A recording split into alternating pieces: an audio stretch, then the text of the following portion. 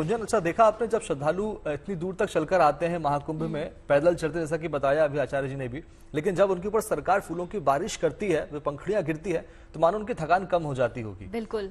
और ऐसे में आज का जो आंकड़ा है, करीब 1 करोड़ से ज्यादा लोग अब तक स्नान कर चुके हैं। सरकार प्रशासन ने तमाम व्यवस्थाएं दुरुस्त रखी हैं। तस्वीरें आप देखिए पहले, इन तस्वीरों में ये 6 तस्वीरें, अलग अलग तस्वीरें, अलग अलग रंग की। आज 5वां स्नान है और ये 5वें शुभ स्नान की तस्वीर भी आप देखिए। तीसरा स्नान जो है वो भी आपको दिख रहा है, पहला और दूसरा भी आप देख पा रहे हैं। और इन तमाम स्नानों में खास बात यही रही कि आस्था और श्रद्धा सबसे ऊपर रही। तमाम मुश्किलों के बावजूद, चुनौतियों के बावजूद सबने स्नान किया और पुण्य अर्जित किया है। आज 5वां स्नान है, पवित्र स्नान है। इसको लेकर भी तमाम व्यवस्थाएं दुरुस्त रखी गई हैं और हर श्रद्धालु डुबकी लगाना चाहता है, कतार में लगा हुआ है, अपनी बारी का इंतजार कर रहा है। और ये तस्वीरें आप देखिए।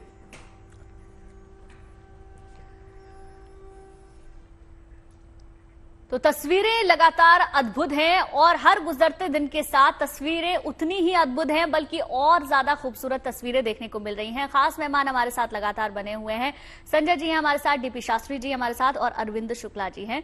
संजय जी, आप ही से थोड़ा सा मैं और समझना चाहूंगी, क्योंकि आपने इससे पहले भी कुंभ कवर किए हैं। इस बार का कुंभ कितना अलग है और पहले अमृत स्नान से अब तक का तीसरे अमृत स्नान तक क्या बदलाव आपने देखे? क्या संख्या में कमी आई, श्रद्धा में कमी आई या और ज्यादा बढ़ गई? क्या आपने देखा?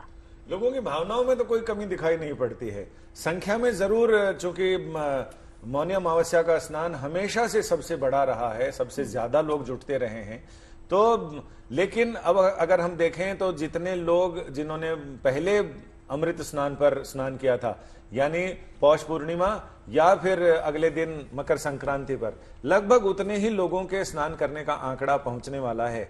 और ये चूंकि अक्षय क्षेत्र है, लिहाजा यहाँ की अगर हम बात करें तो लोग अक्षय वट के साथ अक्षय रूप से हनुमान जी वहां विराजमान है। हनुमान जी को लोग सप्त चिरंजीवी में मानते हैं। तो हनुमान जी ऐसे हैं जो हमेशा हर युग में रहे हैं। अगर हम देखें तो सतयुग से लेकर और त्रेता और द्वापर में वो महाभारत के अर्जुन के रथ के ध्वज पर विराजमान है। वहीं त्रेता में वो रामचंद्र जी के सेवक हैं और अनन्य सेवक हैं। और यहां पर भी ये इतिहास बताता है कि अकबर ने जिस समय इलाहाबाद का किला बनवाया तो उस समय वो चाह रहे थे कि अक्षय वट के साथ साथ हनुमान जी को भी किले की दीवार में शामिल किया जाए, किले के अंदर। लेकिन उस समय वहां के जो प्रयागवाल पंडा हैं उन लोगों ने काफी विरोध किया और वो किसी भी सूरत में किले के अंदर हनुमान जी को ले जाने के लिए तैयार नहीं हुए। तो अकबर ने कहा कि हमारी दीवार नहीं मुड़ सकती है, इसलिए हनुमान जी को आगे शिफ्ट कर दिया जाए। लेकिन इतिहास ये कहता है कि जैसे जैसे वो खोदते जाते थे हनुमान जी की प्रतिमा के लिए, प्रतिमा उतनी ही नीचे धंसती जाती थी। आज भी कम से कम 20 फुट नीचे वो प्रतिमा है। फिर अकबर को अपने किले की दीवार मोड़नी पड़ी और हनुमान जी वहीं पर वहां से टस से मस नहीं हुए। तो आज भी लोग हनुमान जी के दर्शन करते हैं और उसके बाद ही अपनी यात्रा को पूर्ण मानते हैं। तो वो जो अक्षय क्षेत्र है वो अपने आचार्य गण बताएंगे कि उसमें और क्या क्या ऐसी दिव्य दर्शनीय चीजें हैं। जो अक्षय वट है वहां रामायण ये कहती है कि जब रामचंद्र जी वनवास के लिए गए तो सीता जी और लक्ष्मण जी के साथ उन्होंने अक्षय वट के नीचे 3 रातें गुजारी। उन्होंने पूछा भारद्वाज मुनि से कि मुनिराज, हमें कहां रात व्यतीत करनी चाहिए, ऐसी सुरक्षित और दिव्य जगह बताइए।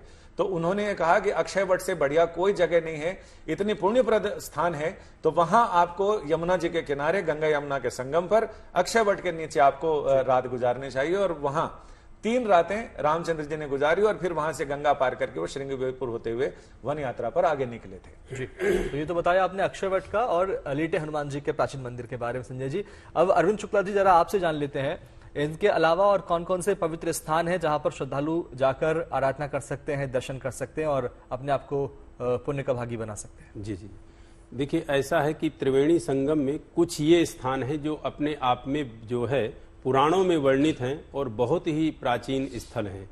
त्रिवेणी माधवम सोमम भरद्वाजम च वासुकिम वंदे अक्षय वटम चैवा तीर्थराज प्रयागम।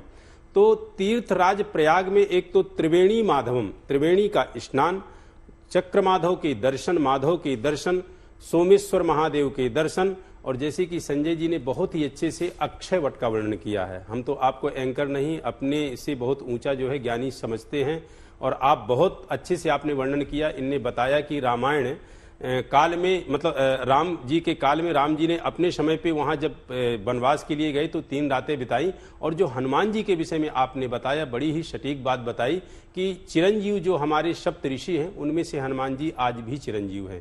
कहते हैं अश्वत्थामा बलि व्यासो हनुमाश्चा विभीषण कृपा परशुरामश्चा सप्तैते चिरजीवना। आज भी ये 7 चिरंजीव ऋषि हैं जिनके तपोबल पे ये हमारी भूमि, ये हमारी जो है पृथ्वी आज भी जो है ठहरी हुई है।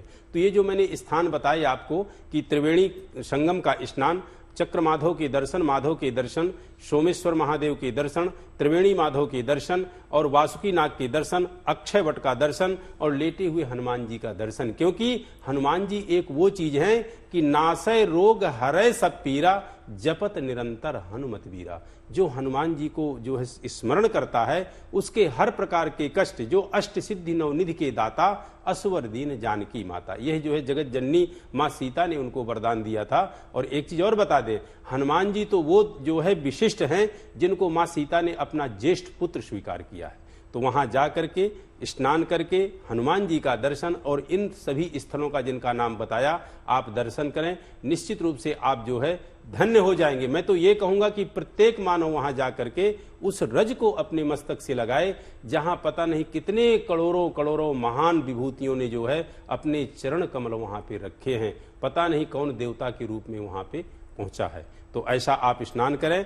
और आज का जो मुहूर्त है अद्वितीय है। आज ही सूर्य की संक्रांति है, शनि के राशि में सूर्य का जो है प्रवेश है, बुध का भी उसी राशि में प्रवेश है और विशिष्ट दुर्लभ जो संयोग बना। देखिए कहते हैं कि चंद्रमा की यदि आपको आज शांति करनी है तो आज से बढ़िया कोई संयोग नहीं हो सकता। और कहते हैं मन ही ईश्वर, मन ही देवता और मन ही आपका जो है सबसे बड़ी प्रधान चीज है। तो मन का जो मेन कारक ग्रह है वो चंद्रमा है। तो आज भगवान शिव की आराधना करें और भगवान शिव के किसी भी श्लोक का आप जो है प्रार्थना कर लें या किसी भी स्तुति का जो है आप पाठ कर लें। और जो कोई भी हो, कहने यदि कोई, बहुत से लोग जो है बड़ा उससे जो है शिव तांडव यदि लोग जो है पढ़ते हैं और शिव तांडव का स्मरण करते हैं तो उस स्तोत्र का या लिंगाष्टक का या शिवाष्टक का कोई भी जो भी आप कर लेंगे वह आज आपके लिए विशिष्ट होगा।